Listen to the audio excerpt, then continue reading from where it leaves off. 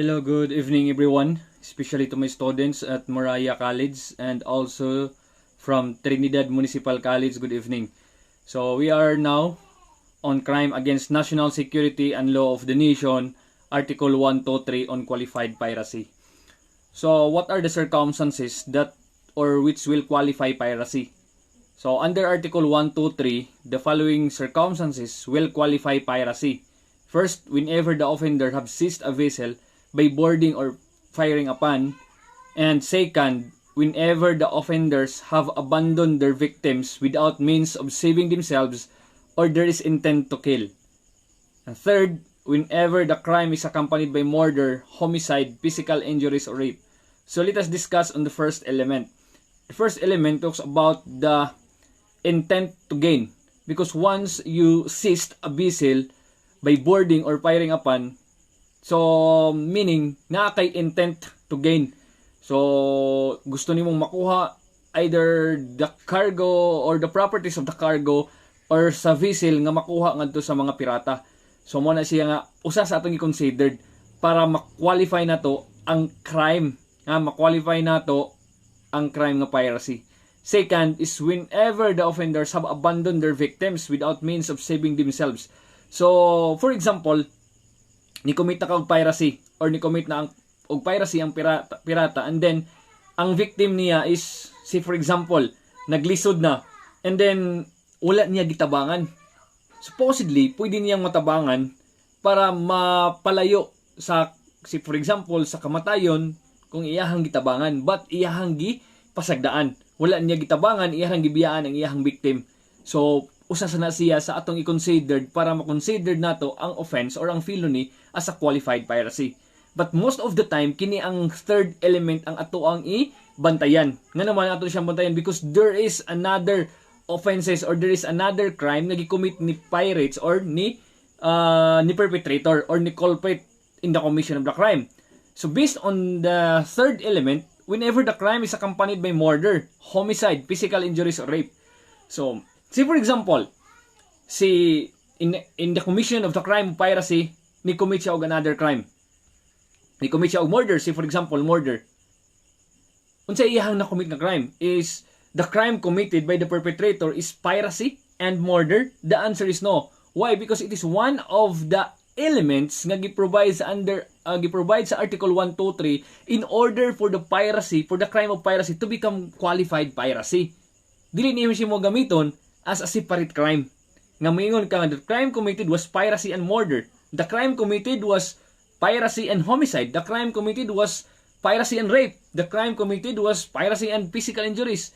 Nanon dili man ingunana. It is because it is provided under Article 123 nga kung naay mga crime or offenses nga na-commit during the commission of piracy, see for example, kining gi-mention sa Article 123, the crime would become qualified piracy. So, klaro ta na. How about the crime committed was acts of lasciviousness during the commission of piracy? Does the act of doing acts of lasciviousness to the victim considered or mahimo ang crime of piracy to become a qualified piracy? The answer is no. Why? Because under Article 123 on the third element, it is very specific on the four crimes nga iyahang gi-enumerate. So, kung unsa ang gi-enumerate diha sa Article 123 sa third element, mo na itong i-follow. Kung acts of lasciviousness, therefore, it is separate and distinct to the crime of piracy. Therefore, the crime committed would be piracy and acts of lasciviousness. So, klaro ta ha. Di sa ta pwede mo ingon nga there is a complex crime of piracy and acts of lasciviousness. Why? Because under Article 48, if you can recall, based on our discussion, nga there is a single act that constitutes two or more crimes having a less serious or serious penalty. Or, I mean, less grave or grave penalty. So, muna ito'ng timanaan kung may tag complex crime or when such act is necessary means of committing the other.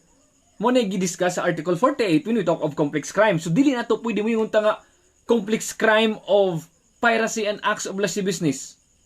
The same true with special complex crime. Why? Because the special complex crime, it's very specific as provided under the revised penal code. Di ka pwede diha maghimo-himo og special complex crime nga wala siya nakabutang. Walay provision on that crime nga iyang gi-commit. Nga naman, specific si special complex crime. Ha?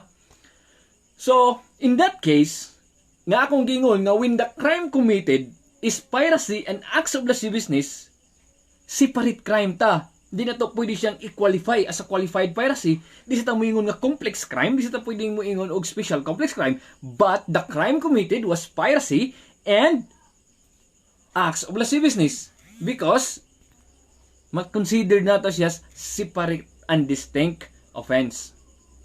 Now, let us have an illustration.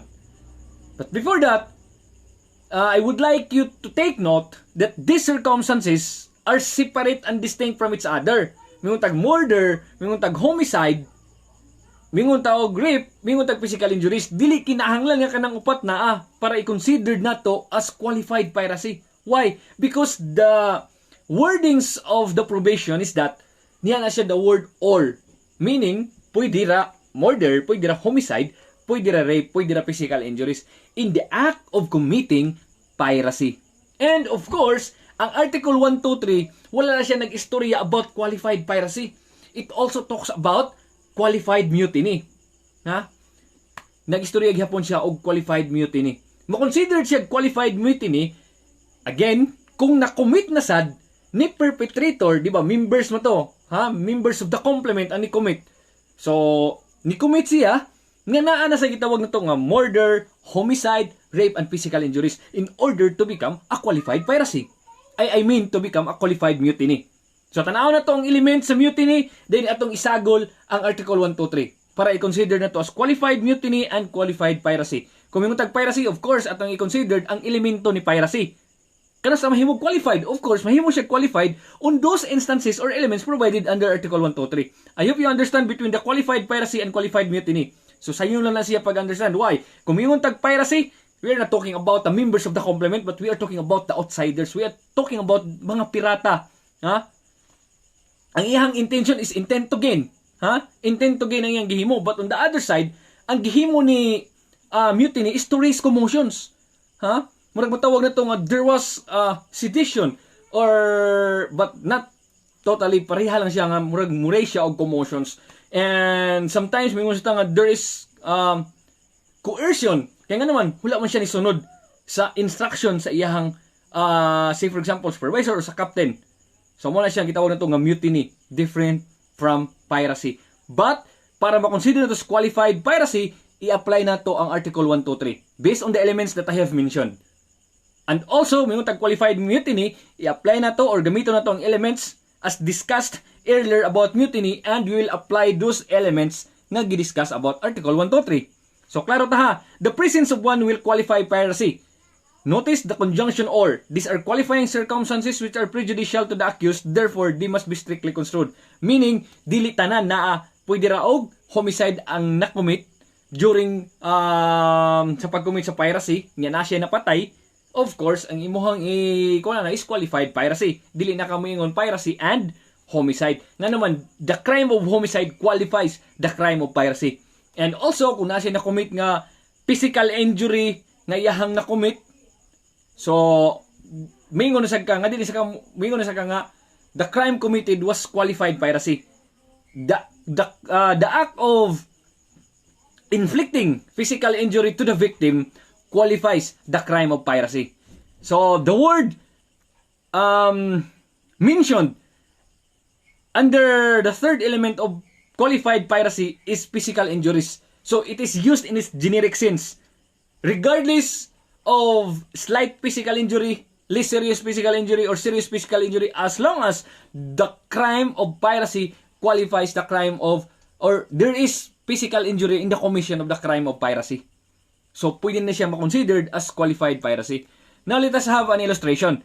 What if the vessel is on the Philippine waters and there comes a second vessel? 4 men from the second vessel boarded the first vessel. At a gunpoint, they ask the passengers to give them all their valuables. So based on the facts, they are outsiders. Klaro ta ha, one woman didn't want to give her wedding ring because it was so precious to her, and so one of the men forcibly took the wedding ring from the finger so that the finger was severed from it. What crime was committed? Meaning, sa pagkuha sa iyang singsing, matawag na to nga naay physical injury. Since there was physical injury in the commission of the crime of piracy, the crime committed was qualified piracy. Klaro ta ha? Based on the third element provided under Article 123, nahimo siya qualified piracy. So another illustration. What if in the same problem, the woman didn't want to give the ring? One of the men slapped the woman and the face 3 times and the face of the woman became reddish. She suffered slight physical injuries. What about the fact that the injury suffered was only slight? I already mentioned that the word physical injuries is used in its generic sense. Regardless whether it is on slight, serious, or less serious physical injuries, as long as there was an infliction of injury to the victim, the crime committed was physical injury.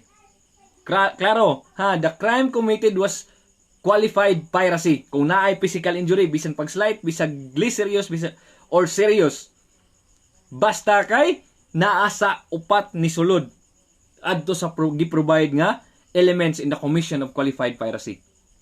Now, what if in the same problem, the woman didn't want to give the ring and the man touched the private parts of the said woman, and after touching the private parts of the said woman, with lust he forcibly took the ring? What crime is committed by the said man?